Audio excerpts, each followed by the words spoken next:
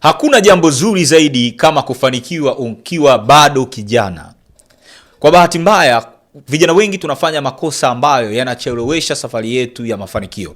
Inawezekana tunayafanya wakati mwingine kwa kujua au kwa kutokujua. Kuna makosa unaweza ukawa na wewe unayafanya sasa yanachelewesha safari yako ya mafanikio. Kuna watu walitakiwa wafanikiwe wakiwa na miaka 20, lakini wamejikuta mpaka wana miaka 50 hawajafanikiwa. Na hii ndio sababu ya kwa nini watu wengi pia wanafanikiwa wakiwa wazee tayari. Wanakosa fursa ya kufurahia mafanikio walioyapata. La ya mafanikio ufanikiwe ukiwa kijana, udunde ukiwa kijana. Kwa kuna mbinu ambazo unaweza ukazitumia zikaharakisha mafanikio yako.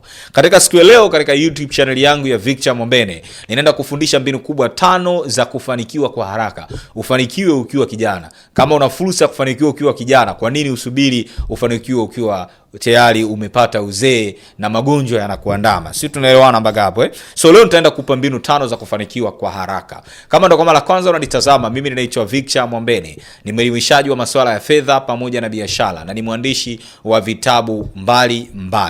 Kwa hiyo nianze moja kwa moja sasa na mbinu ya kwanza kufanikiwa kwa haraka. Ni kujitambua na kujua umekuja kufanya nini duniani. Haya ni mambo ambayo nimekuwa nikiongea mara kwa mara na kuyarudia pia. Iko hivi, kama wewe ni samaki uliumbwa uwe majini, ukilazimisha kuishi nchi kavu utapata tabu sana na hautapata matokeo, kwa sababu eneo lako la kutawala ni eneo la maji na sio la nchi kavu. Kama wewe ni nyani, eneo lako la kutawala la kujidai ni kwenye miti, ukilazimisha kuwa kuogelea kama samaki utaishi maisha ya tabu, ya stress, utatumia nguvu nyingi, muda mwingi, lakini matokeo utakokuwa unayapata ni kidogo. Kuna watu wameumbiwa kuwa kwenye eneo la mziki na burudani, wamelazimisha kuwa wanajeshi, wamelazimisha kuwa warimu, wamelazimisha kufanya biashara. Kwa kwenye maisha kila mtu ana eneo lake la kutawala na kujidai. Kwenye maisha kila mtu ana eneo lake la kufanikiwa kirahisi na kwa haraka. Kwa mfano mimi nimeumbwa kufanya kutoa elimu ya fedha na biashara. Kwa Mungu kaniwekea mafanikio yangu yako huko. Ningelazimisha kuwa madaktari kwa sababu daktari unalipa, nisingefanikiwa kwa haraka. Kwa lazima na wewe ujitafakari, ujue hivi ni eneo langu lipi? Mimi eneo langu la kutawala na kujidai ni lipi? Mimi nimeumbwa kufanya nini duniani? Kusudi langu la maisha ni lipi? Kwa lazima ufanye kazi kwa kuzingatia kusudi la maisha yako ili uweze kupata mafanikio kwa haraka. Sisi tunaelewana mpaka hapo Lazima ufanye kazi kwa kuzingatia kipaji ulichonacho, lazima ufanye kazi kwa kuzingatia passion na purpose ulionayo. Ndipo utakapofanikiwa kwa haraka na ndipo utakapoharakisha mafanikio yako. Unapotambua kusudi la maisha yako, kile ulichoshindwa kukifanikisha kwa miaka 10 unaweza kukifanikisha kwa miaka 2. Unapoanza kuliishi kusudi la maisha yako, kile pesa ulizoshindwa kuzishika kwa miaka 10 utaweza kushika kwa ndani ya miaka 2 pekee tu. Sisi tumeelewana Kwa kuna watu wengi sana wanapoteza nguvu zao. Wanafanya kazi asubuhi mpaka jioni. Ndio wanafanya kazi kwa bidii, lakini wanafanya kazi kwa bidii kwa vitu ambavyo hawajaumbiwa. Ndio maana hawawezi kupata matokeo kwenye maisha, ndio maana hawawezi kufanikiwa kwa haraka. Na ndio maana unakuta mtu pesa alitakiwa za kushika miaka 2 anashika baada ya miaka 15. Kwa sababu gani? Kwa sababu anafanya kitu kinyume na papasi yake, na ndio maana hapati pesa kwenye maisha yake. So njia ya kwanza kupata mafanikio kwa haraka ni kutambua kusudi la maisha yako, kujua wewe ni nani, upo hapa duniani kufanya nini, unaelekea wapi, una kipaji gani, una passion gani, papasi yako ni ipi, kusudi la maisha yako ni ipi, umeumbwa kutatua tatizo lipi kwenye hii dunia. Hiyo ni njia ya kwanza. Njia ya pili au mbinu ya pili ya kufanikiwa kwa haraka au kuharakisha mafanikio yako ni kupitia kuwa na malengo kwenye maisha yako. Kwenye maisha watu wengi hawajui wanachokitafuta. Inawezekana wewe unanitazama wakati huu haujui una malengo gani mwaka 2024. Haujui unataka kufanikisha jambo gani mwaka huu. Haujui unataka kufanikisha jambo gani baada ya miaka 5, haujui unataka kufanikisha mambo gani baada ya miaka 10. Malengo yanatupa sababu za kuishi misingi ya mafanikio. Malengo yanatupa sababu za kutumia muda vizuri. Malengo yanatupa sababu za kutunza pesa. Malengo yanatupa sababu ya kuishi kwa vipaumbele. Usipokuwa na malengo, kwa nini utunze pesa? Lazima una malengo ya muda mfupi, lazima una malengo ya muda mrefu kama unataka kufanikiwa kwa haraka. Usipokuwa na malengo, nyumba uliyotakiwa uijenge ndani ya miaka 5 unaweza kujikuta unaijenga ndani ya miaka 10 au 15. Kuna watu wanajenga nyumba baada ya kustaafu, ni kwa sababu walikuwa hawana malengo thabiti. Kuna wengine wana malengo lakini malengo yao sio specific, hayako specific. Kuna mwingine anasema tunataka nijenge nyumba, hajui hata anataka kujenga nyumba mwaka gani. Ili liwe lengo lazima liwe lina kiasi cha fedha, lazima liwe lina muda. Yani useme tunataka nijenge nyumba, lazima ujue unataka ujenge nyumba ya milioni ngapi mwaka gani. Kwa hiyo lengo liwe na kiasi cha fedha, lengo liwe lina muda, time frame. Sio, tumeelewana hapo? Kwa lazima una malengo kwenye maisha yako. Malengo ya muda mfupi ni yale malengo ya miezi 12, 6, miezi mitatu, mwezi mmoja, wiki, na malengo ya siku lazima uwe nayo.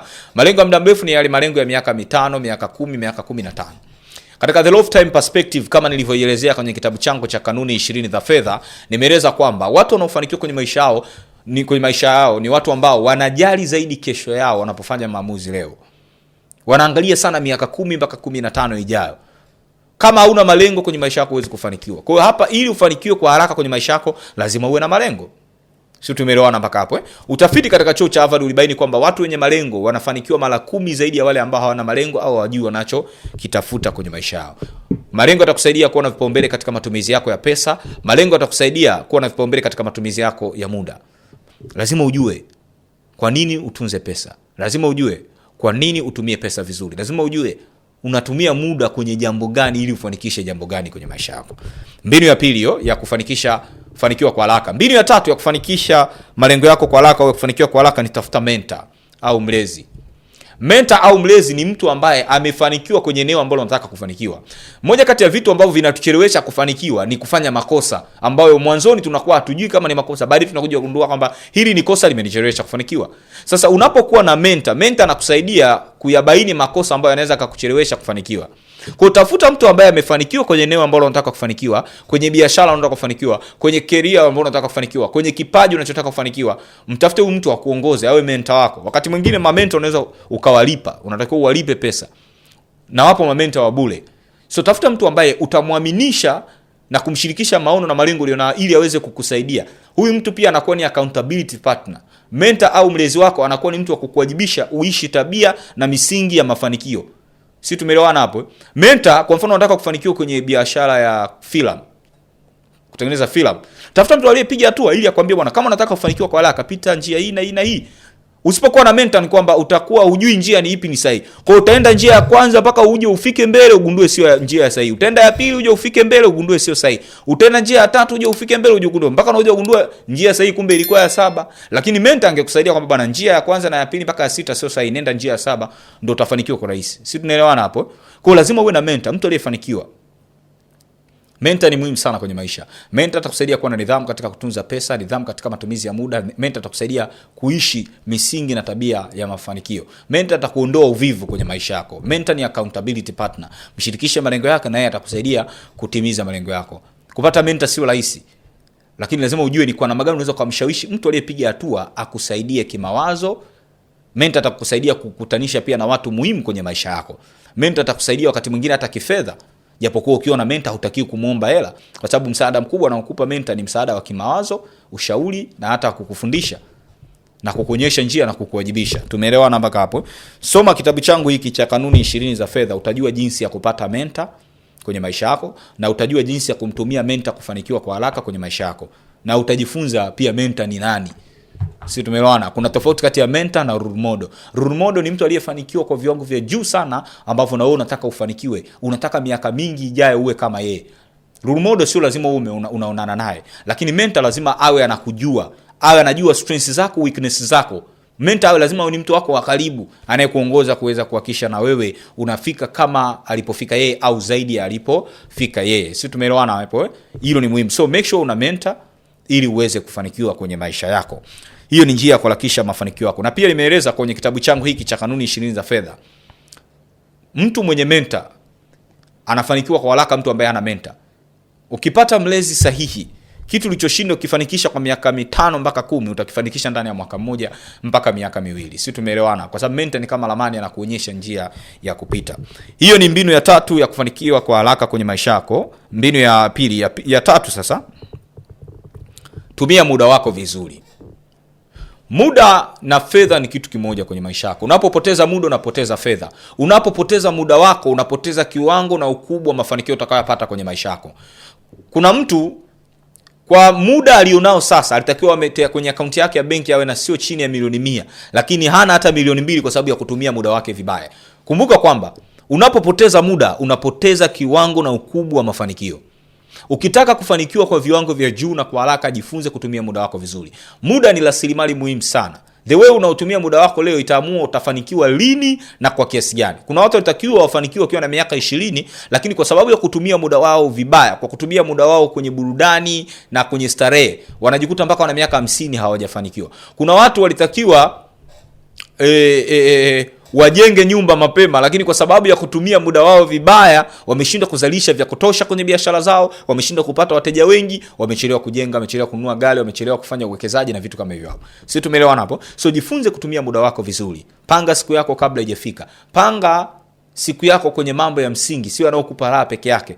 Kwa asili sisi binadamu wote sisi ni wavivu. So make sure unapopanga muda wako, upange muda wako kwenye kazi ambazo zinaongeza thamani kwenye maisha yako, na sio kazi zinazokupa burudani tu ambazo hazina matokeo chanya kwa miaka 10 mpaka 20 ijayo. Make sure chochote unachokifanya kinakusogeza kwenye lengo kubwa kwenye maisha yako. Itumie siku yako vizuri, kwa sababu unapoitumia siku yako vizuri utapata matokeo makubwa sana mwisho wa siku kwenye maisha yako. So jifunze kutumia muda wako vizuri. Kuna somo katika YouTube channel yangu hii nimeeleza mbinu za kutumia muda wako vizuri ili uweze kupata mafanikio makubwa na kwa haraka. Utumie muda wako vizuri kwa sababu muda ni mali. Matajiri na maskini wote wana masaa 24, lakini hawapati matokeo sawa kwa sababu wanatofautiana katika muda wanaotumia, wanavyotumia muda wao. Na tumia sehemu ya muda wako kila siku kujifunza na kujiongezea thamani ili uweze kupata matokeo makubwa kwenye ajira uliopo, upate matokeo makubwa kwenye biashara uliopo. Hiyo ilikuwa ni mbinu ya 3 ya kuharakisha mafanikio yako. Mbinu ya 4 ya kuharakisha mafanikio yako, jifunze elimu ya fedha.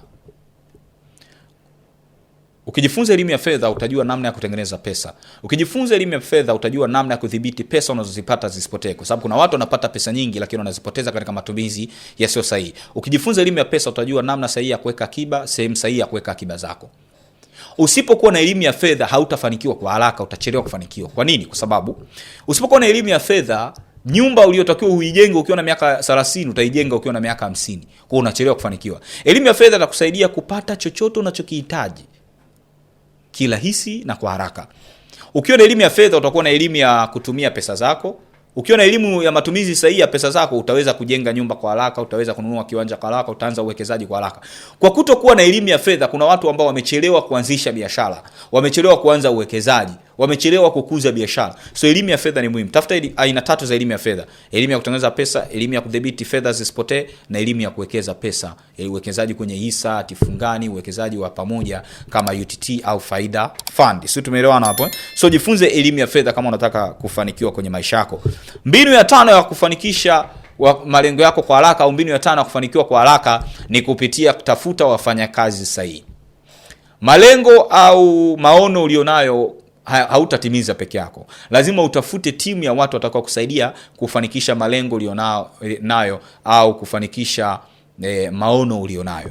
So tafuta watu sahihi. Kuna watu wamekwamishwa kufanikiwa na wafanyakazi wasio sahihi. Wao wameajiriwa, wamefungua mradi, wamefungua biashara, waliowaajiri kwa sababu walikuwa wameajiriwa hawana muda wa kufuatilia biashara, waliowaajiri wamepoteza pesa, walioajiri wamewaibia pesa, walioajiri wamefanya uzembe, pesa zimeibiwa. Sisi tumeelewana mpaka hapo? So make sure unakuwa makini sana unapochagua mfanyakazi wa kumwajiri.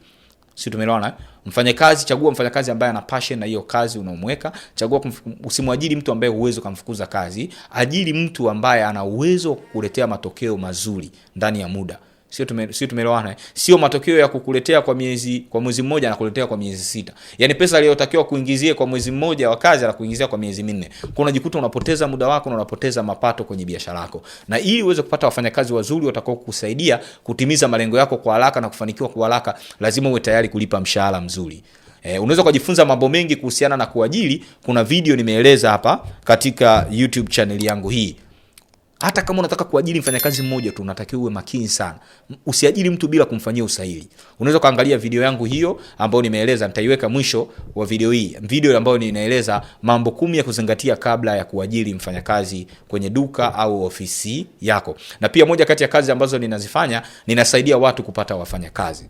Asante sana kwa kunisikiliza mpaka wakati huu. Kama unataka kujifunza mambo mengi zaidi kuhusu kufanikiwa kwenye maisha yako, soma kitabu changu hiki, kinaitwa Nguvu ya Kujua. Kitabu kinaeleza mambo 16 unayopaswa kuyajua na kuyazingatia kwenye maisha yako ili uweze kufanikiwa kwa viwango vya juu. Lakini pia unaweza kusoma kitabu changu hiki cha jinsi ya kuanzisha na kukuza biashara. Kitabu kinaeleza mafanikio katika biashara, kinaeleza jinsi ya kuchagua biashara sahihi ya kufanya itakao kulipa, jinsi ya kutangaza biashara yako na jinsi ya kuuza zaidi na kupata faida zaidi. Lakini kitabu changu cha 3 kinaitwa Kanuni 20 za Fedha, kinaelezea misingi ya kutengeneza, kutunza na kuwekeza fedha kwa usahihi. Mtajifunza mambo ya uwekezaji kwenye hisa, hatifungani, utajifunza uwekezaji wa pamoja UTT AMIS. Pia utajifunza sehemu sahihi za kuweka akiba, jinsi ya kuweka akiba, jinsi ya kujenga nidhamu ya kutunza pesa kama ni kutunza pesa ni changamoto. Lakini pia kwenye kitabu cha Kanuni 20 za Fedha utajifunza tabia zinazoleta utajiri kwenye maisha. Sasa kupata vitabu hivi, kila kitabu kimoja ni shilingi 20,000. Kupata kitabu chochote kati ya hivyo au vyote, unaweza kuwasiliana nami kwa namba za simu 0744126640. Popote ulipo nchini Tanzania unaweza kupata vitabu hivi. Na nifuatie zaidi kwenye mitandao yangu yote ya kijamii kwa jina la Victor Mwambene. Instagram Victor Mwambene, Facebook Victor Mwambene, TikTok na mitandao mingine yote.